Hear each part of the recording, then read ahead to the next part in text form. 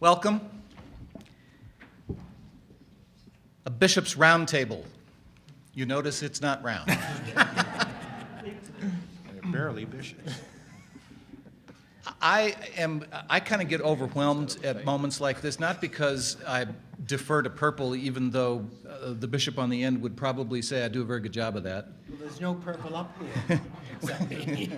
Actually, he took his collar off. I know that you have some liturgical duties later. I think that so we're giving you a pass. Bishops are our touchstone to the apostles, and so it's like here we've got like Matthew, Mark, Luke, and John, and sorted others. Judas, Yeah. Ananias. So there are some of you who know them very well, and so you can look at them and say, those are the apostles? But it's really true. And we go through this incredible election process in our church that some people think is just bizarre. But remember, bishops, you were all elected by us. I just want you to remember that. I have 30 years in. God bless you. Let me introduce to you our bishops. Michael Vono is the bishop of the Diocese of the Rio Grande. He is finishing his third year since his consecration. He came to a diocese that was fractured and has been working on healing. And I had the pleasure of being, I told some of you earlier, I had the pleasure of being at their convention last October, which was full of such joy that it had marked such a turning point in this diocese that I think that if anyone could be described as someone of bringing pastoral care and compassion to a diocese, it's Michael Vono. He came from Rome for 18 years. He was rector at St. Paul's within the walls in Rome, so he brings a very different perspective. And so he also has been wonderful in terms of the ideas and things that he's shared with us about, different ways of using buildings. And so we've been blessed with your experience and your talents. Next to him, Bud Cederholm, for 12 years was suffragan of the Diocese of Massachusetts.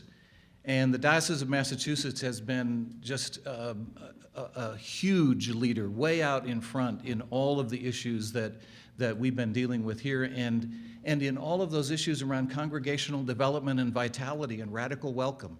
And I use Massachusetts pamphlets all the time with all the vestries that I work with, and they're terrific resources.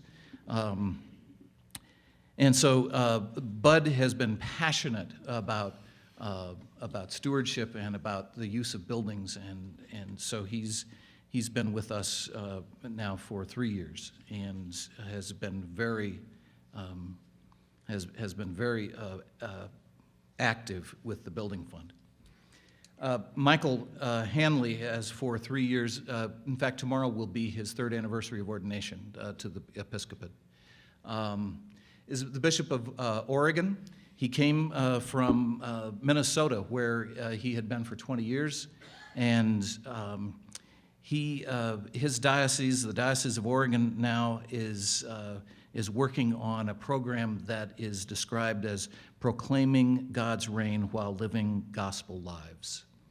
And so he's sharing the same kind of thing that in the Pacific Northwest that Greg Rickel does in terms of the lack of interest in religion. And so that's one of the challenges of his episcopacy in his church. John Smiley is sitting next to him, and he comes from the Diocese of Wyoming. And I felt a kinship with Wyoming when I was in Utah, and we used to invite each other. Some of the parishes that are closer in western Wyoming are closer to Salt Lake City than to the sea city of Laramie, and so oftentimes Wyoming folks would collaborate just because of miles, and so You find that also in the Diocese of the Rio Grande and others, that some of those boundaries aren't as rigid as they are in the East. It's a whole different way of being. But John Smiley is also, in his third year, he's the former dean of the cathedral in Spokane. He was in the Diocese of Wyoming when he was elected bishop, and they have a 6-point plan that they call Harvesting Hope in the Diocese of Wyoming. Bishop Rickel, you met last night, so I'm not going to say anything more about him. He actually, I did tell somebody earlier that today they were saying, we need to find the template of a parish that really has been doing well with stewardship and growth. And I said, all you have to do is go look at St. James in Austin, Texas, where many congregations were seeing decline. When he was rector for 10 years, there is a steady increase in plate and pledge, in membership, in average Sunday attendance. And I think, Greg, am I correct? During that time, you also built a school. Correct. Yeah. So St. James, Austin, Texas, a good place to look just to see how it can be done. Bishop Sutton had the good sense to call me to be his canon. That was 3 years ago. He was consecrated bishop in 2008. And I've known Eugene for several years. We served on a task force for a contemplative outreach centering prayer retreat. Never got built. We were trying to build a new building, but the Mormons chased us out of the valley up in Wyoming. And so when Eugene said that he was looking for somebody to do evangelism, I just jumped at the chance because I always wanted to work for a bishop who prayed every day. And he does. And he started a contemplative outreach of Metropolitan Washington, and he's been a faithful practitioner of centering prayer and introduced a contemplative Eucharist that we have every Tuesday in the cathedral in Baltimore, and that's been at the heart of his ministry.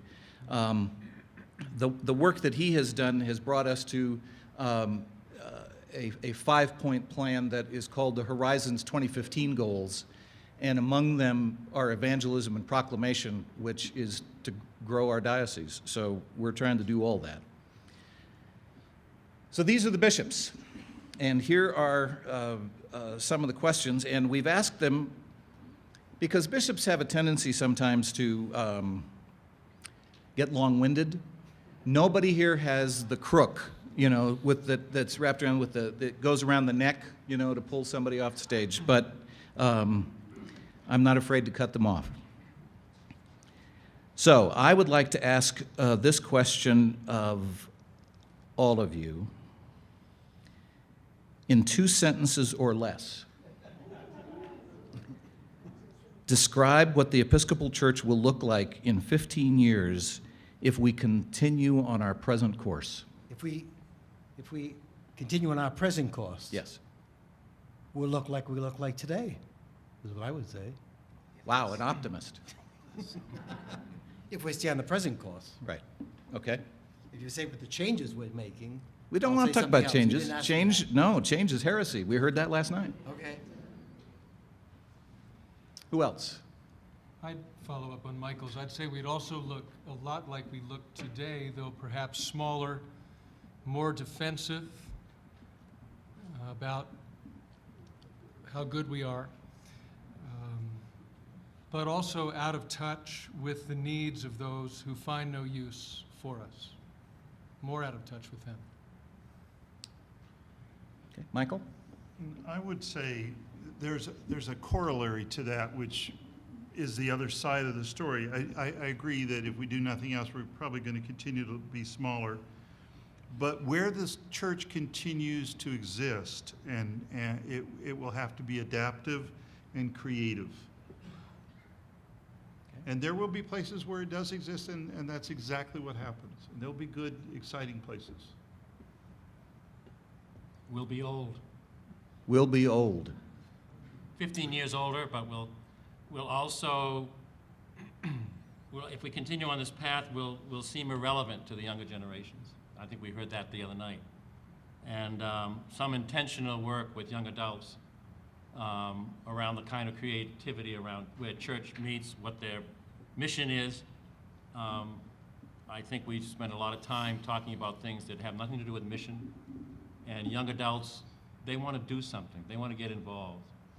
We found that a lot of young adults are getting more and more involved in the creation care movement and the green movement, seeing it as really the civil rights movement of this millennium.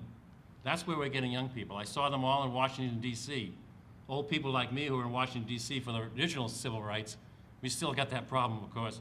But that crowd was at least half young adults with little kids, all in Washington, D.C., protesting the tar sands Keystone Project from Canada. I'd like to talk to the Toronto folks before I go home. That goes beyond your two-sentence limit. I think that was A a, lot of comments. I think that was a Pauline two-sentence. That was a Pauline two-sentence, yes, absolutely. Greg? Well, I would say, I think if we stay on the present path, we'll be in the midst of death and hopefully on the edge of resurrection, and realizing that's our story and a new beginning. Your Grace. And mine actually follows up on that. It'll be the good old days. I believe the good old days are ahead. We will be smaller, but I believe more spirit-filled, more mission-focused, and more excited about our faith. But the best days are 15 years from now. Which leads me to my next question. If you would like to continue with the answer, what could the church look like in 15 years if we took risks? If we took risks, we will look more like America. I did say smaller, the best days are ahead, but I think it's going to take more than 15 years. But looking more like America means that in our pews and in our churches, we look more like America. We will be, and it will be all of us, Anglos, Latinos, African Americans, people from Asia, the poor, the rich. And that's why I think it'll be better. All of us are better than some of us. And that's, if we took risks, I think that's where we are. What would happen, what would the church look like if we took risks? Who's next? I would say we'd have a public presence where people, and I mean multicultural, multi-ethnic, would identify a place of acceptability, would have a place where they would feel welcomed and would see beyond their own nucleus of a community they could fit into. That's what I see in 15 years. One of the moments last night when you were speaking, Greg, that really has captured my imagination was when you were talking about talking to the professor, I guess it was, about the kids and their choice they would make, and the choice that they would make to go to Mars Hill because it was authentic. Even though they might have had some less understandable experience that was perhaps even more meaningful, they still chose something that was authentic. And so for me, the risk that I hope we take is an authentic faith, a really wild and open guidance to the leading of the Holy Spirit. There's no particular risk, one risk for us all, but all of us have a risk that we may be called to take. And that I think it seems to me that if we were to open ourselves to that guidance, that we would be authentic and alive and attractive.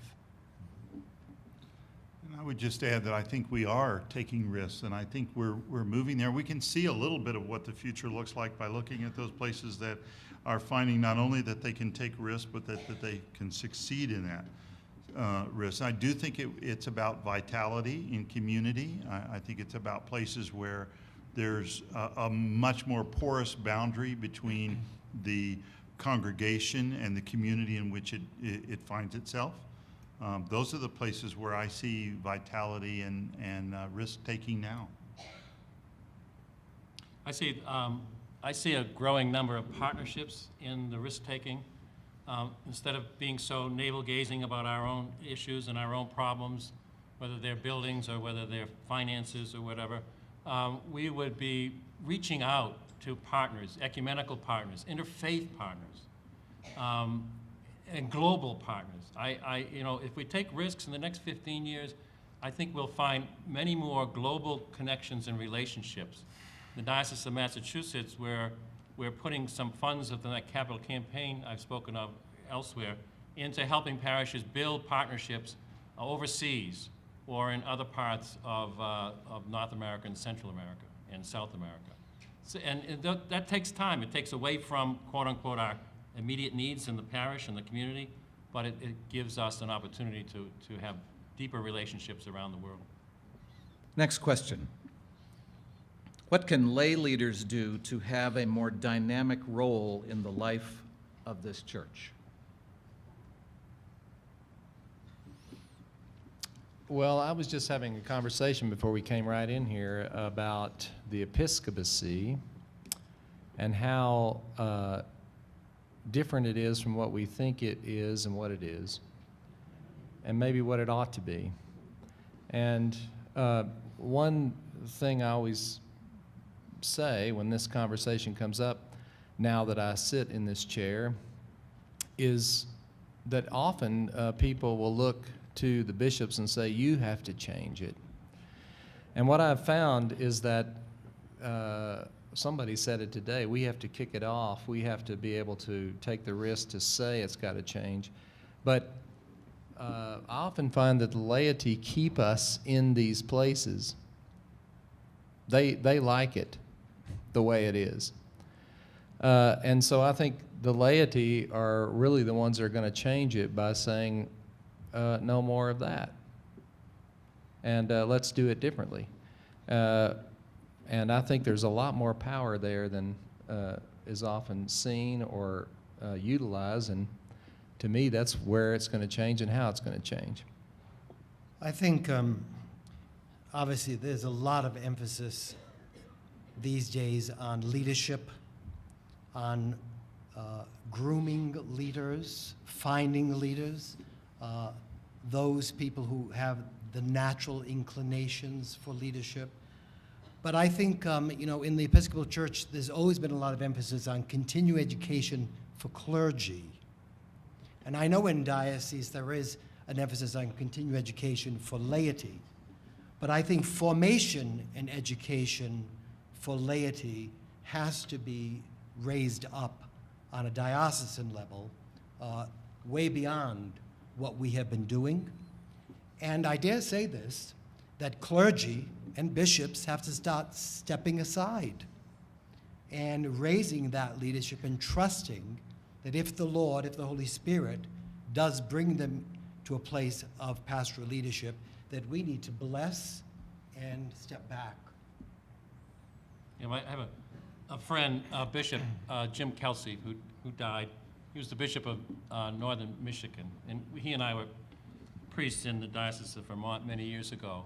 And his phrase I'll never forget. I don't know if he's the inventor of it, but he said to clergy, and I've used it at every clergy ordination I preached at, you have to see yourselves more as ministry developers than ministry deliverers. Mm-hmm. And so if those who are ordained see themselves as ministry deliverers, that's pretty easy because you're preparing the sermon, you're preparing to teach, you're preparing all your pastoral care, you have to meet with the vestry, you have to worry. That's ministry delivering. And as my friend Tom Napao reminds us all, when we look at the order of ministries in the prayer book, it lists laity, deacons, priests, and bishops. And the laity need the support of their bishops and their priests in the development of their gifts. We need to step aside sometimes as bishops and as priests. And I say to parishioners when I go into a parish to talk about congregate development, instead of talking about what we should be doing, I say, what are your passions?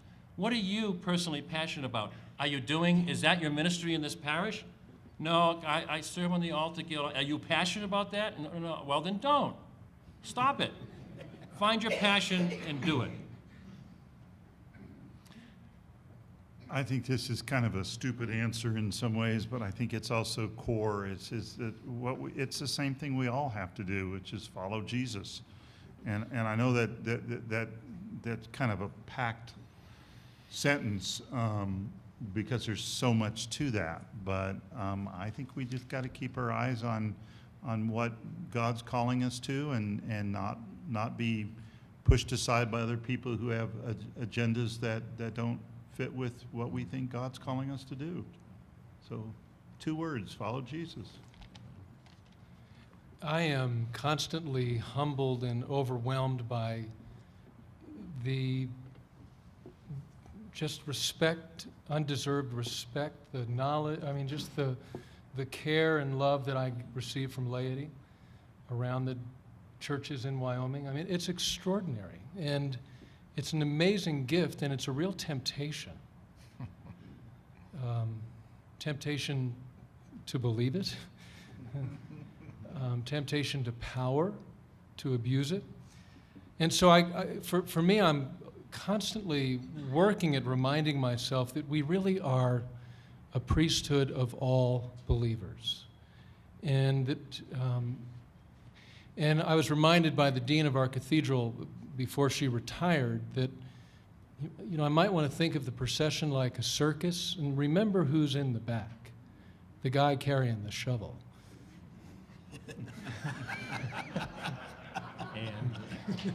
Well, that's part of my job too. And part of what Do you at the bottom of your crozier, do you have a shovel scoop there? We'll work on that. Okay. But what I would just encourage is that, and I think what we're really doing in Wyoming is we really look at ministry as a shared experience, is calling on our laity to use and embrace their gifts and to grow in confidence, in who you are, made in the image of God. We really are working to remove the hierarchical model. Eugene, I've already spoken, but I want to add something because I know he's thinking about you can the take big Eugene's thing answer. here. Because I want to share a concern I have is that we've talked a lot over the last few decades about the importance of baptism, the primary nature of that, and yet we keep in the church, I think, setting up new clubs that you get certificates for in order to be good enough to do certain things. I think we contradict ourselves all the time. And so I think that our actions have to match what our theology, what we say our stated theology is, and what it is we are putting out there. And there's a lot of contradiction in that. At the same time, I think we've made baptism almost so accessible with so little expectation and formation that we have basically, a watered down thing now. And I think that's got to be on the table, and we've got to acknowledge that. I tell my clergy it's your job to talk people out of being baptized. It should be such a daunting thing that they have to really think about, do I want to do this or not? Do I want to be branded like cattle on the range? And I think we've let some of that go. So to me, an answer to this question is we've got to do more to have what we say is true and our theology match the way we operate. I have nothing more to add. Well, then let's shift a little bit to another order of ministry.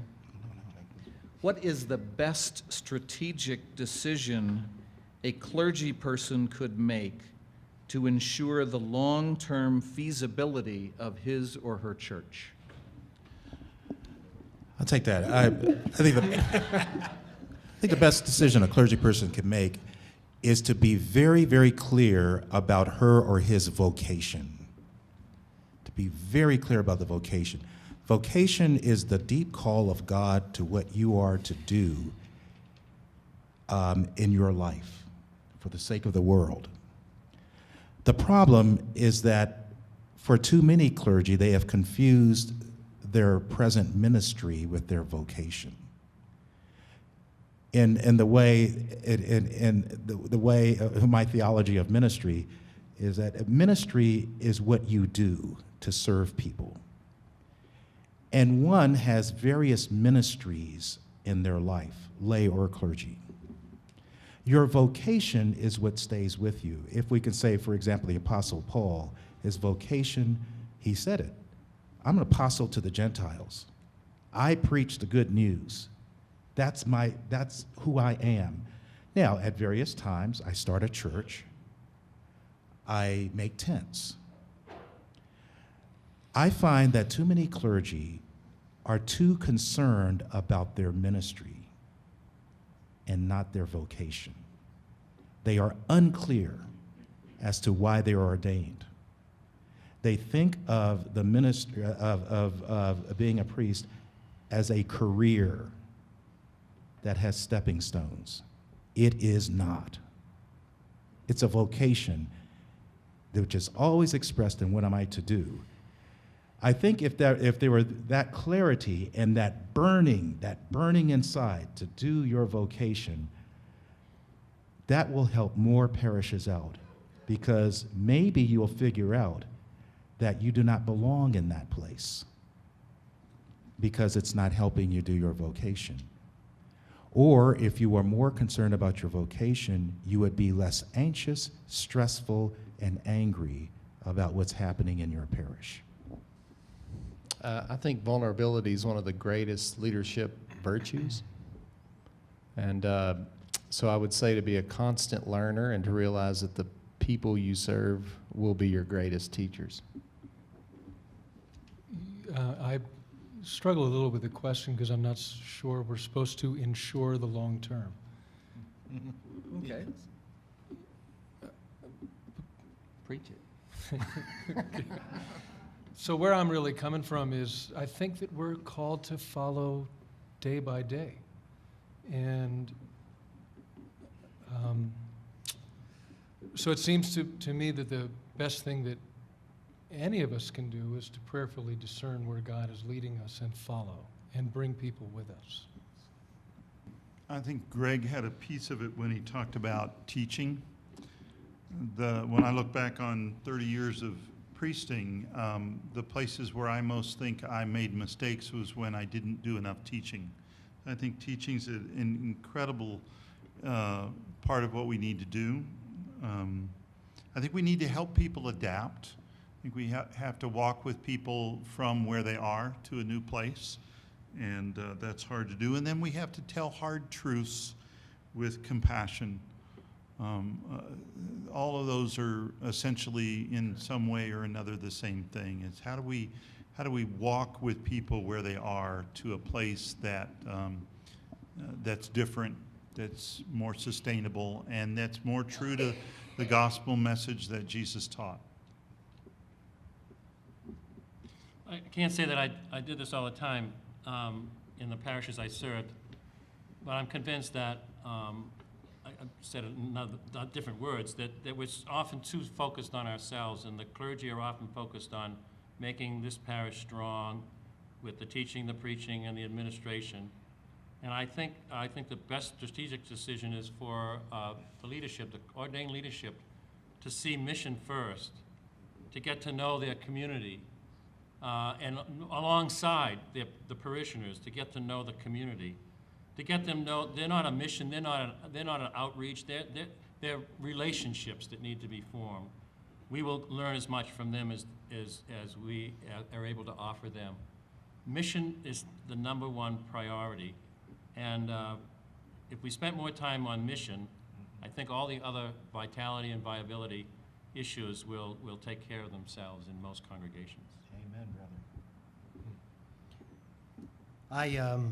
Listening to Eugene, didn't think I would have anything to say after that, because vocation, I think, is at the center.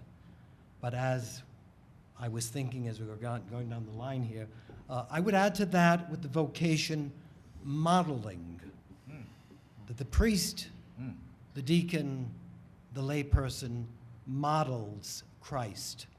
You know that wonderful passage where the Greeks come and say, "Sir, we wish to see Jesus."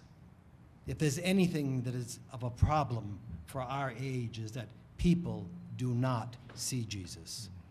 And if they're going to see him, they can only see him in an incarnate nature, and that's us. That's the only way they can see him. So with vocation, I would add the facet of modeling Jesus in our time.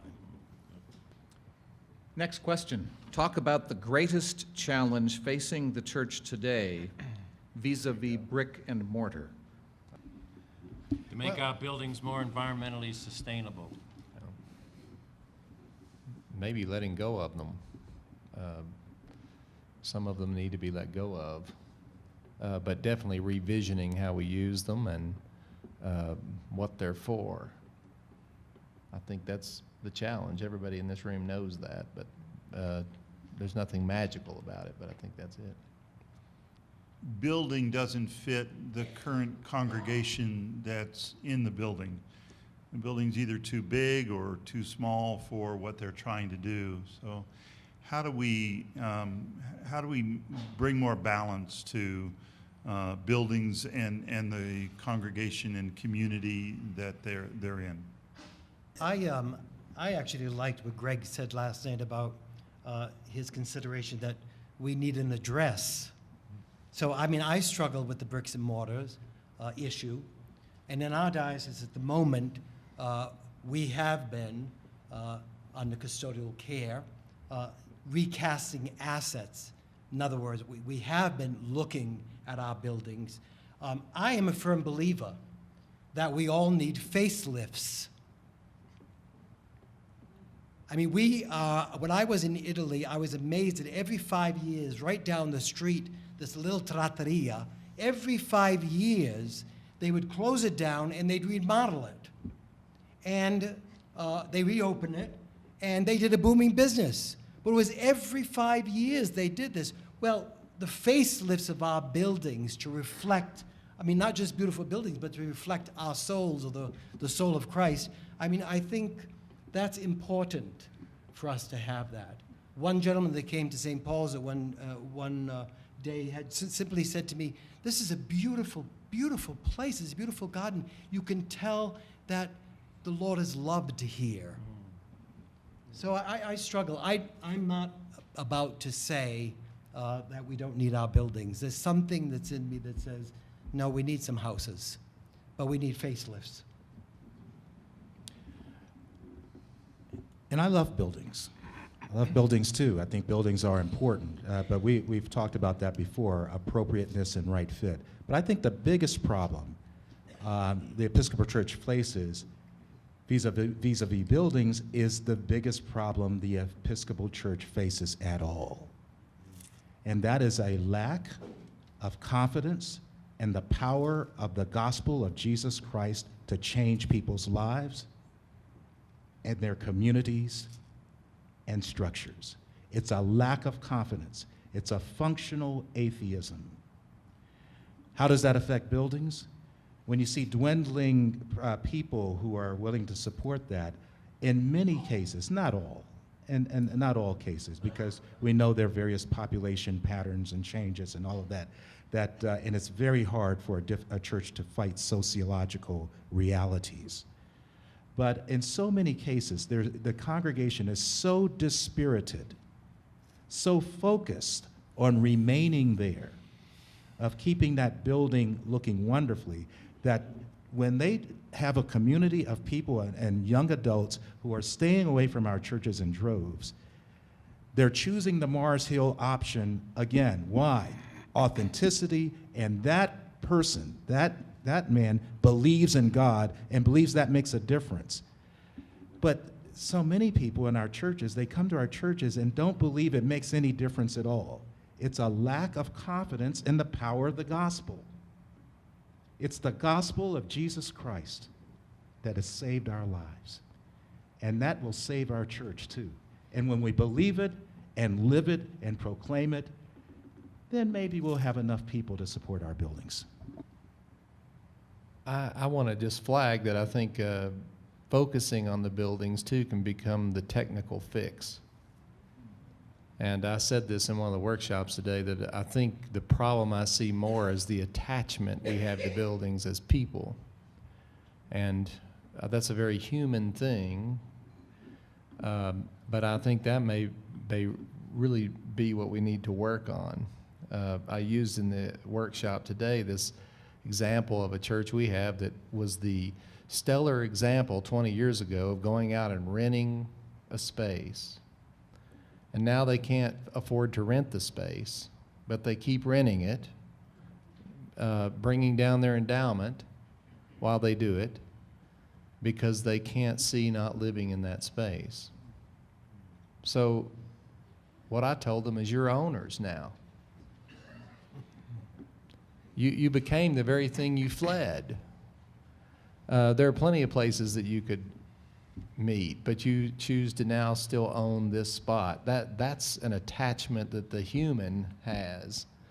And to me, that's the adaptive challenge, is not just the buildings that they exist and we ought to do something different with them, but how it is we get attached to them and can't let them go. Dan, can I just briefly follow up on that? Briefly. Your canon, one of your staff, Lance Elsley, Yes. he was talking with me after one of the sessions, and he said, the question is, for Episcopalians, who do you worship or what do you worship? Who do you worship or what do you worship? Yes. And we become unclear about that. Happy, spirit-filled, joy-filled congregations will know what to do with their buildings. Dispirited, a people attached to brick and mortar and attached to some idea of the old church, they are unhappy, unloved, they will not move. They will not move. It's a spiritual problem. It's not a technical problem. It's a spiritual problem. I think that if we were to go outside of this room and just survey folks on the street about church, they would talk about buildings. And I think that's the biggest problem that we have, is that that when we talk about church, we're talking about buildings. And really following up on what you've already said, all the energy that it takes, that we aren't focusing towards remembering that church is the body of Christ. It's us. Britt Olson, Diocese of Northern California. Could each of you please give an example of how this transformative, risk-taking, hopeful, formation-oriented approach to ministry is happening in the House of Bishops? We'd love to hear. An example, not an opinion, please. At the last House of Bishops meeting, the first day of the meeting, we spent the day talking about one of the idolatries of our age, and that is the idolatrous attachment that Americans have in the power of the gun to solve problems. I say this as a registered gun owner. The problem isn't guns themselves. It's the idolatrous attachment. We all, this so energized the House of Bishops, we said we want to do some things about this, the first of which was that pastoral letter. When Newtown happened in Connecticut, I was with my wife, we pulled over and cried. We wept for those children. And the nation wept as well. But who weeps for Baltimore, where 1,500 people were gunned down in the last 4 years? Who weeps for Newark? Where was the outcry in Chicago? And countless other places. We wept that day. We wept all week long, as bishops shared their experiences with loss. 30,000 lives lost every year to violence by guns. Almost 150 affected by them with other injuries. We have failed as a country to address that, and we lack the will. And I believe the reason we lack the will is because of the idolatry. Thank God Martin Luther King Jr. didn't have that idolatry, or we'd still be fighting today. Believe it or not, guess it, it's a spiritual problem. It's a spiritual problem with Americans, Christians, having more confidence in implements of violence than confidence in the gospel, lack of confidence.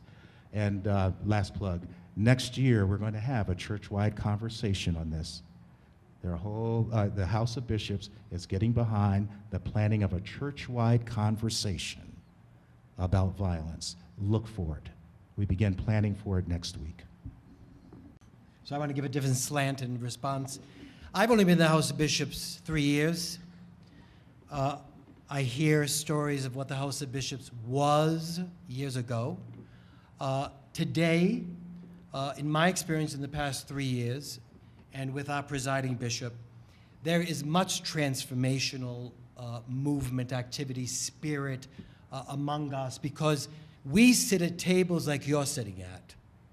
The last meeting, we had colleagues stand up and share personal stories, heartaches, failures, the transparency that is growing among clergy in relationships, the authenticity, because mind you, we're clergy too. We're bishops, and like clergy that can be sometimes competitive, I'm sure that the brothers and sisters can be as well. But I have experienced in my years there now, especially with Catherine, that she is really zeroing in, that we know who we are, that we understand our vocation, and that we are open, honest, authentic, and real. And I think, brothers, I may be speaking out of line, but I think there was a period in the House of Bishops where we had people who were not very real, because they were not very honest with each other. They weren't speaking to each other in truth. That's all changed. Now, that's what I heard, and that's the answer I would give what's happening. Another example would be a couple of times ago when we were gathered and we did a Indaba conversation where all we could do was tell our truth. And we weren't to tell the truth, we weren't to direct our truth toward the person who had just spoken in opposition to them. And it was incredibly powerful. And at the end of the day, at the end of that session, the new Archbishop of Canterbury, he was not then the Archbishop, he was with us, and he stood up and he said, "You have something to teach the rest of the church." And I don't think we had ever heard a bishop from England say that to us. And it was both refreshing and humbling. Wonder if he'll say it now. That would be a good question. But it was an amazing thing to be in a room with 15 to 20 men and women who were telling their truth about a hard subject and listening to each other when we didn't agree with one another. Right. I haven't, I retired over a year ago and haven't been to a House of Bishops meeting in a while. So in response to your question, I guess the one outstanding moment, which then there was a series of moments after that over a period of years, was the confirmation of the election of Bishop Gene Robinson as bishop in New Hampshire. It was not met with cheers and applauding and so forth, because those who voted affirmatively for Bishop Robinson also knew the pain of those in the House that were not so excited about it. And for the next series of House of Bishops meetings, there was a lot of issues around the election, around the Anglican Communion, and basically what happened was a lot of the dissenters left to form the Anglican Church in North America or something else. And those who remained, the conservative brothers who could not accept that, I guess I have to say all brothers, were were open to us and we to them so that we could talk about generous pastoral care and responsibility for gay and lesbian people in a diocese where states were allowing the blessing or the marriage of same-sex couples. And I think that was a big turning point. We still are divided, I believe, but there's much more willingness to continue to journey together. A lot of risk-taking, to say the least, by both those who, by both Jean and others, and a lot of risk-taking by the conservative element to stay in the Episcopal Church and to say that we are not of one mind, but we are one heart in the love for the Lord Jesus. And I would dare say, all of them, in our love for gay and lesbian people. I'm struggling with your question because I think you're asking something it's a little bit difficult to answer. And I think I would say I agree with everything that's been said. I feel everything that's been said. I've been there about 6 years, so I came in kind of at the end. I was there for the final depositions of a few who wouldn't stay. But I'm not so sure that looking at the House of Bishops for the place where all the risk-taking is going to happen is the right place. I mean, the way I look at it is, and I feel this very much, is in the House, I feel emboldened and empowered by being in this house with these people. And I feel the courage to go back and take risk locally where it's really going to make a difference. And so the caution I would have is that somehow the House of Bishops is going to take all the risk and figure all this out. I know that's not what you're asking, but I just want to put it out there.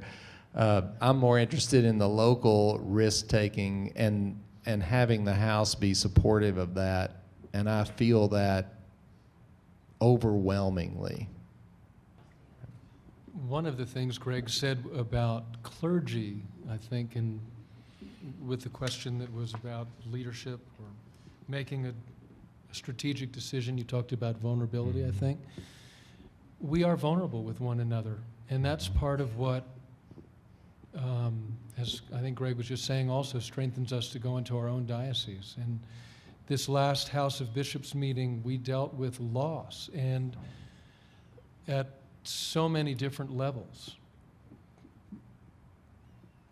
From Newtown to the reservation in South Dakota, to personal loss of health.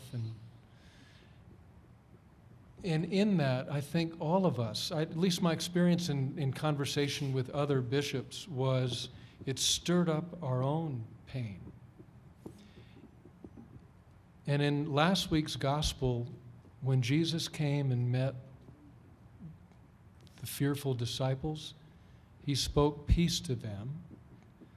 None of them were feeling it. And then somehow they could begin to recognize it when he showed them his wounds. We, as a house, at times, and we're getting to the place where we're actually able to show each other our wounds. And gospel and Jesus is found there. I'm Timothy Dombeck. I'm the canon of the ordinary in the Diocese of Arizona. One of the hats I get to wear is to represent the Episcopal Church to the National Council of Christian Churches Committee on Disability. My only child is a son with Down syndrome. In this country right now, about 50% of the families who have persons with disabilities don't go to church because they do not feel they're able to get into the church either accessibly or attitudinally. What kind of conversations are happening at the Episcopal level and maybe even within the Episcopal Church Building Fund to help our congregations become more accessible for people with disabilities? I don't know about the building fund. They'll have to speak to that. But I would say that in the Diocese of Olympia, we just in the last year have set up a commission on disabilities, and we're trying to work with that right now to see, and they're building themselves in order to address that very issue. And we've put the thing together. We have people from across the diocese and from across the disability spectrum as well. And some of the first things that have come out of that are Braille, Book of Common Prayer. We're in the process of buying the printer that does all of that. We're looking at ADA across the church. And then I think the third biggest issue on that is how do we welcome children with disabilities into Sunday school?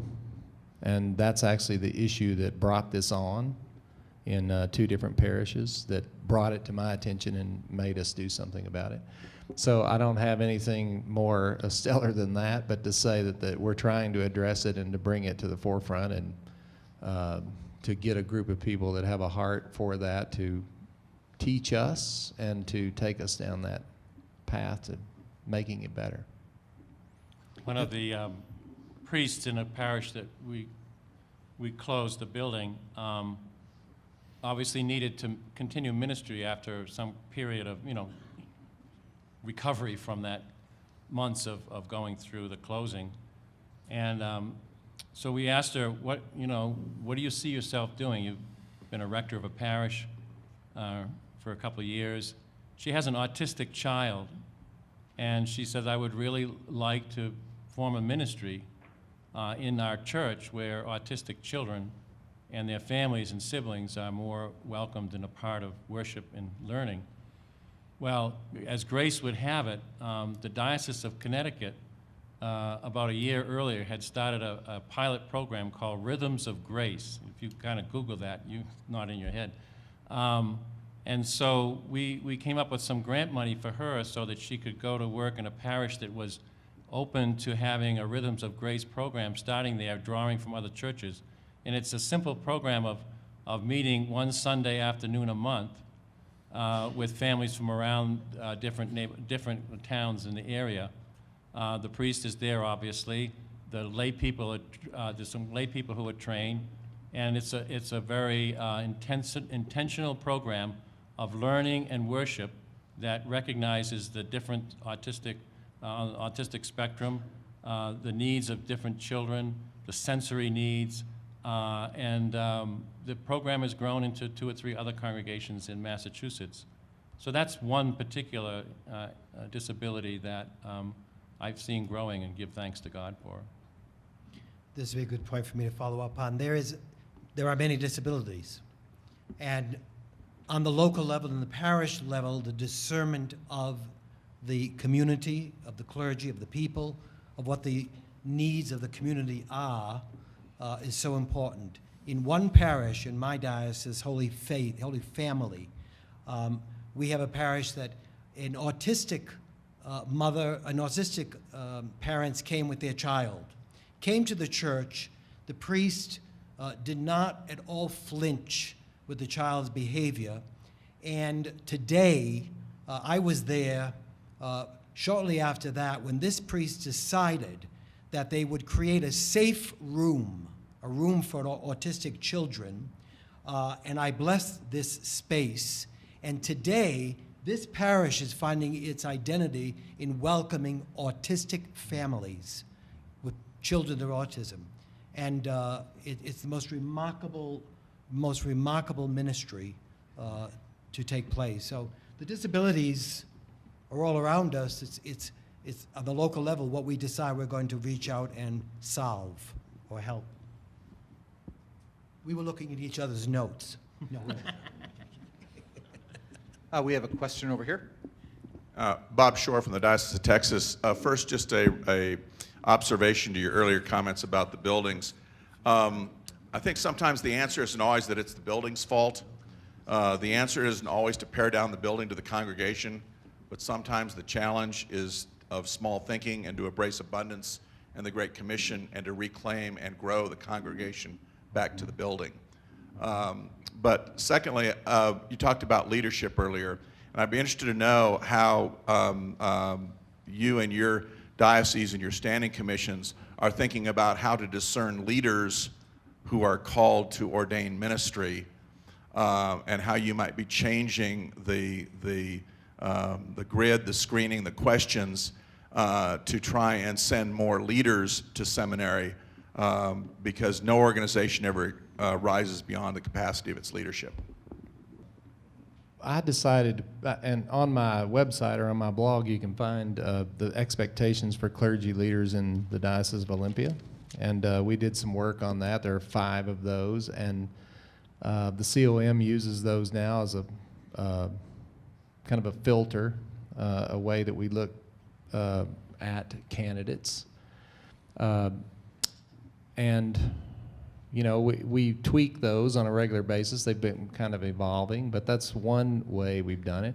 When I came to the diocese, we had 57 people in the process, and I looked across the church, and I think only Massachusetts had more, but they have twice as many congregations as I have. So I think, Bob, you've heard me say this, but we had kind of this idea that if you after you pass Cursillo, you know, you got ordained, you know, and so we've had to do some work on that. And I think this goes back to what I was saying before about this idea that we have some kind of reward system in the church. You know, to be a real Christian beyond baptism, you have to go on to this next thing instead of empowering and people that are in the baptized to be the baptized. And so, you know, part of our struggle was just to get that number down because we were dealing with way too many numbers. I think we're down to 13 now in the process, mostly very young people. So I guess that's the way I'd answer your question. You know, one of those 5, by the way, you will not be surprised, is stewardship and money. Mostly what I did was steal Greg's ideas and put them on my website with his permission. But beyond that, we have 2 different commissions. We have a commission on ministry for the ordained, and we have a commission on ministry for the baptized. And living into looking at... and we're stealing that now. So. Good. Amen. Yeah, we are. So those are constant struggles to figure out exactly what each is doing and how it's doing. But we are asking questions about what does it mean to be a person called to ministry out of baptism, and how do we invite people to consider deeply what that baptismal ministry is, rather than looking at simply ordained ministries. Parish ministry is hard. It's hard. And it requires a particular kind of leader. Since the mid-1960s, we can use 1965 as a bellwether year. Since 1965, the number of Episcopal clergy, priests, has about tripled. The number of Episcopalians has gone down precipitously, and the number of congregations. Now, we could spend the rest of the night wondering why that anomaly. What is going on? Where more and more people want to be Episcopal priests, but fewer people want to be Episcopalians. Parish ministry is hard, and we had 65 people in our process a few years ago. We got it down now to about 40-some at some stage of discernment. And yes, in Maryland, we are, I'm going to only approve 2 to go to seminary per year. From where we sit as bishops, here is a very hard thing when you're in your office and there's someone in your office crying because they cannot get a full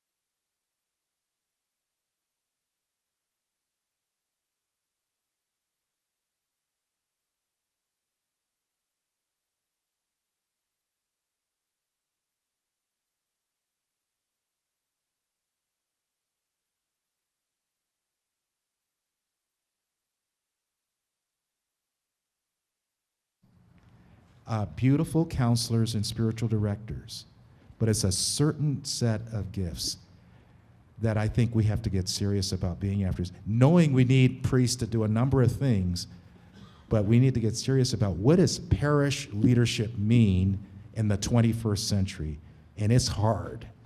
And we need people who have demonstrated in their past that they are ones who can gather people around in communities. If they do not have that in their past, they will not be ordained in the Diocese of Maryland.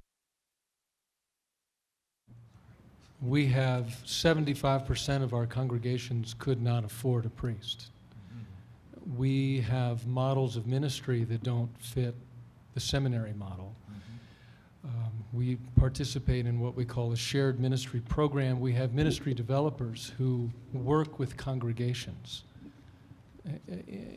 in developing ministry with the theology underneath it that says God provides. God will provide what's needed to accomplish what God wants to be done. And so we have the ministry developers really seeking to empower congregations to be able to carry out the ministry that God wants in those congregations. We have local discernment, which then gets also gets involved. The ministry developers get involved with the Commission on Ministry. We have the Commission on Ministry involved that way. But it's a very different world in Wyoming than it is in Maryland or the Diocese of Newark, where I was ordained, or Western New York. Though I am afraid, as we I'm afraid that the East will be faced with some of the challenges that the West has already been facing. And I have some good news to tell you. This model of ministry is wonderful because it really creates empowered communities. And that model where the minister ministers and the congregation congregates, that doesn't exist in shared ministry congregations. You have ministering communities. They may be small, but they are wonderful and powerful, and they are the church. I have to say it. I'm going to say it. I'm Because gonna total say mine. common ministry is what we're calling it, and shared ministry, it's the same, relatively the same. We have about 7 congregations, but one thing we're trying, and I'm going home, so Thursday night I'm going to go ordain a circle in Anacortes in our diocese, and it's a congregation that actually has a seminary-trained priest and can pay a priest, but we're going to experiment with a circle with ordained priests in that circle and a deacon in a parish where it's not an economic reality, it's just the chosen form of ministry they want to use. So, amen. Those kind of things have to go on everywhere. Okay, host bishop Mine- gets the last word. Mine's only 2 sentences. In the Diocese of Western Massachusetts, we used to have this mantra back in the 80s, leadership leads. But of all the material that I've been reading in these years about leaders, the question I want to leave with you is, are leaders made? Can we make leaders, or are leaders born? That's part of the discussion that's going on, that there are leaders that just naturally are leaders. It's ingrained in their persona. It's more than just capabilities, it's persona, it's the whole person. So it was a very good question you asked, because in our discernment processes, which in every diocese has them, we're also in our diocese struggling with leadership and where are these leaders and what are leaders. That's all. 2 sentences. Thank you. That was terrible. And thank you all. Thank you.